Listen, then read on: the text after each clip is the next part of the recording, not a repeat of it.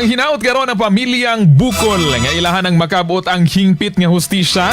Kalabot sa kamatayon ni Dodong Bukol ang kanhi kapitan sa barangay 3 de Mayo sa Digos City, Davao del Sur. Kinihuman nga napasakahan ng kasong murder ang upat ka mga suspitsado diin usa ni ini mao ang idaran nga nag-uli og pitaka nga mao si Titing Diretso. Wala pa kang J. Karen Bukol igsuon sa kapitan, mapasalamaton kini sa Special Investigation Task Group kun SITG Bukol o ingon man sa Police Regional Office kun PRO 11 sa seryosong pag-atiman sa naisgutang kaso. Para sa biyang gipanawagan ng hustisya og pag-ampo ingon man ang pagpaningkamot nga malakabot ang hustisya ug dili maghilom tungod gikuhaan matod pagkaugmaon kinabuhi pamilya ug katungod ang iyang igsuon.